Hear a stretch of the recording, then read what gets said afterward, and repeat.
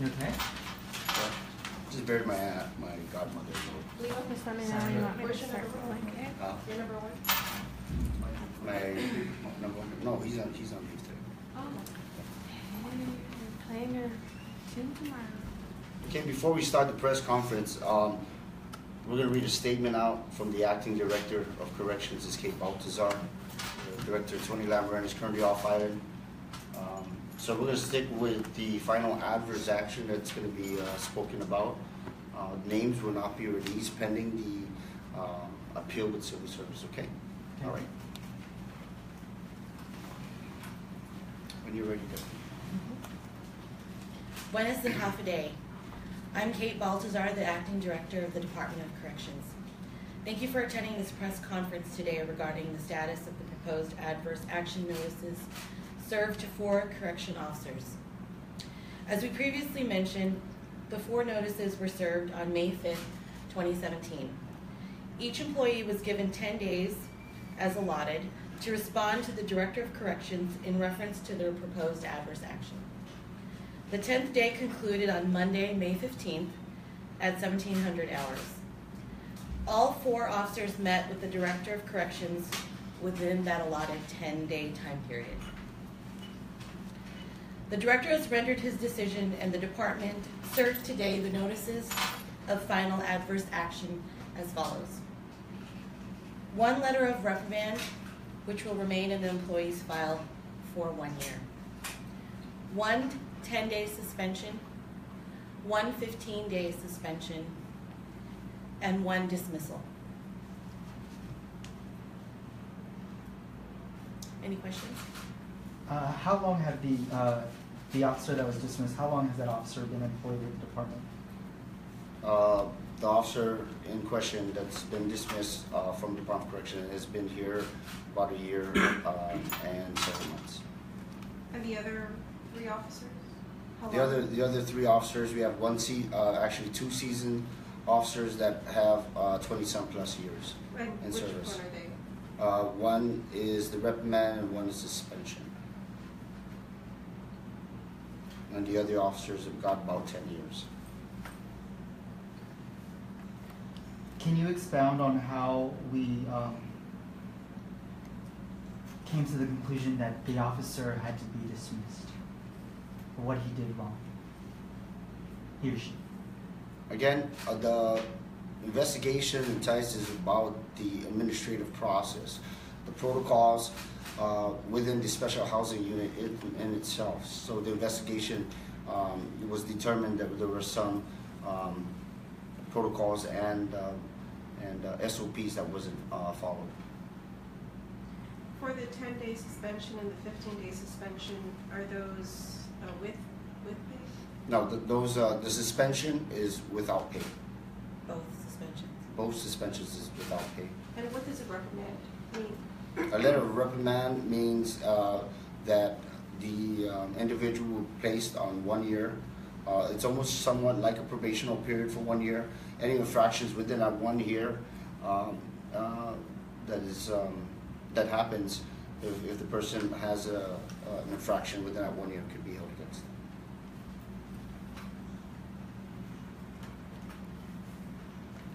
How was the manpower that day on March 29th when the incident happened, since you guys were looking into the protocols and procedures that may or may not have been followed? What was the manpower like that day? Were you guys short?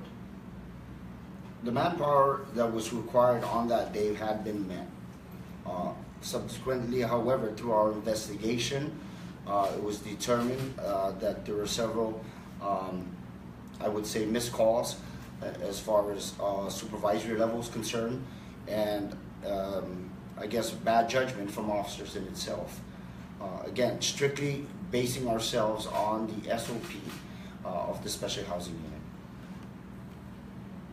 And some of the missed calls and bad judgment, I mean, we're hearing talks that inmates were walking about in the range. Can you expound on that? Well, you know, I'd rather not go in detail, and only because of the appeal process that the employee has of its rights to appeal within 20 days from today. Okay, so each and every employee that was served today has 20 days to appeal their final adverse action with the Civil Service Commission. The officer who was dismissed, what's his or her rank? The Correction Officer 1. Are they all male, all of them? No, one female. Which one is the female? Reprimand.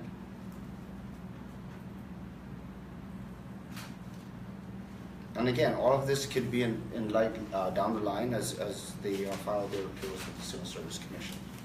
Okay. Yeah, so obviously that's why you can't go into That's the correct. details. That's correct. And only because it's allotted them by law, by giving them 20 days. And so what's been done since that incident to make sure that the protocols and procedures that they didn't follow doesn't happen again? Well, having that the colonel is also in front of us today, he is well aware since the final adverse action has been signed. So he is taking lead in ensuring that although that we have 3 officers that are not going to be on the roster for X amount of days, and one that's permanently going to be dismissed from our department, he is taking command to fill those positions. When do they actually leave? Like the dismissal, when is that effective? Today. As well as the suspension? The suspension is today as well. Everything is effective today. Is the female officer who's given the letter of reprimand, will she be taking time off? No. What is the status of Mr. Meno? The director had spoken with Dr. Aishida from Guam Memorial Hospital, who's assigned to Justin Meno. He is alert, and we be meeting with Justin Meno sometime next week, For just to see his condition. His condition is fair at this point, stable. has he given any kind of statement as to what? I can't release that at this point. But this will be the first time that DOC will be meeting with Mr. Meno or discussing it? No, we've been up at the hospital seeing Mr. Meno. Can you talk a little bit about just the amount of officers and inmates that you had to, it was quite extensive interviews and that you guys had to conduct to conclude this investigation? Right. Talk about that concept. Internal Affairs Investigations has a 60-day period. So as of today, we're in the 52nd day. Okay, so my investigators that you see behind me worked long hours on particularly this case in itself, 17-007. And because the amount of personnel and amount of inmates involved in this case. Again, Guam Police Department is doing a parallel investigation to look into it criminally. So, internal affairs investigation is one thing. Again, it's strictly administratively. Criminal is another. So criminal doesn't have a 60-day rule like the administrative process does. Could either of the 4 officers that are facing this adverse action announced today be included in that criminal investigation? I can tell you this much, Nick, that we are working very closely with the Guam Police Department's Criminal Investigation Division, and we are trying to help them interview some of the officers as well. So we've been very cooperative in that manner. Like the Guam Police has stated, they are moving forward with the investigation. Any idea how soon or how much longer their investigation will take? Well, it's criminal, so there is no timeline for them. All I can say is that they're currently on it. Now, if you're going to ask me if Guam Police Department can use internal affairs information, no, they can. Okay, that is 2 different kinds of rights. Our rights is the rights to protect the employee of the Department of Do Corrections. you know if they interviewed any of the inmates or prisoners? I have no knowledge of that at this point. So whatever you guys I do, can confirm that yes, they have interviewed corrections officers. and then whatever interviews you guys have done for the administrative investigation, they would have to do that again for their That's second correct. investigation. That is correct. And that's all statements and interviews, whether it will be recorded, cannot be given to them. How long is Mr. Lamarona on leave for? He is on leave for 2 weeks. And what about Justin's brother, Joshua? What's the latest with him following that incident he had with one of your officers? Well, immediately, again, when the incident did take place, we moved Joshua Meno to a different housing unit for protective custody. There was a court order that was released and signed to have him moved down to Agatna. However, it is not in the best interest of the Department of Corrections to put Mr. Meno down at Agatna at this point, and it was in agreement with his attorney that I had spoken with. Do you have any idea how much longer Mr. Justin Meno will be hospitalized, or when he'll be returning to the facility? Well, you know, right now he's just coming out, and we have just gotten word that he's stable. So, you know, we're hoping for a speedy recovery from Mr. Meno.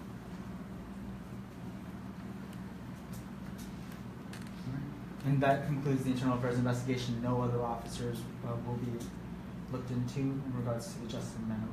If anything shall arise, and we have determined that we have enough to open up another internal affairs case into this matter, then we could.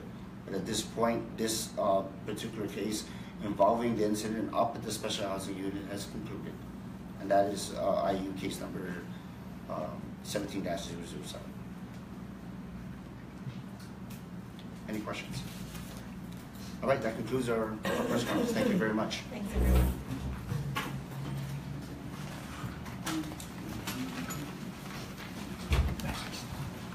Oh, why am I taking your money? Okay, come on. Is that an open?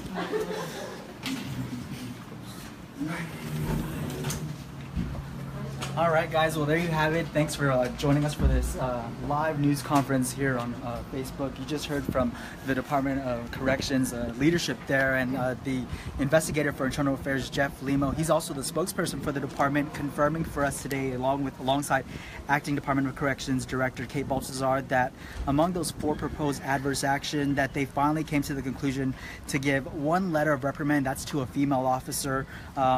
As well, that letter of reprimand will stay in her record for up to 1 year, which pretty much means that she will be on a probationary period. Another is a suspension for 10 days going out to another officer who was working that day that Justin Meno was brutally beaten in the post 6 unit. A third one is a 15-day suspension to another officer working that day, and the fourth one that we heard was a correction officer, one who was working just less than 2 years with the department here at the Manila prison, was fired. He was dismissed, and that was pretty much the result of the investigation. Those 4 officers, 1 letter of reprimand, 2 suspensions, 1 dismissal, all because what we're told they failed to follow proper protocols in responding to that situation, or even preventing the situation from happening whenever on March 29th when Justin Meno was found badly beaten. Now, of course, they didn't say whether or not any of those officers will be criminally charged, as that, of course, is part of the Guam Police Department's criminal investigation. Also a part of the Guam Police Department's investigation is who attacked Justin Meno. We don't even know that answer just as of yet. Of course, this is all part of the administrative investigation as to what officers were served the adverse action. It took 10 days after the proposed adverse action was delivered to them. But again, 1 received a letter of reprimand, 2 received suspensions, 1 for 10 days and 1 for 15 days, and a 4th corrections officer, CO1, was fired. So we'll bring you the latest on this story tonight on KUM News Primetime. Stay with all our news apps for the very latest. For now, from Manila for Guam's News Network, Wahoo Sinik Delgado.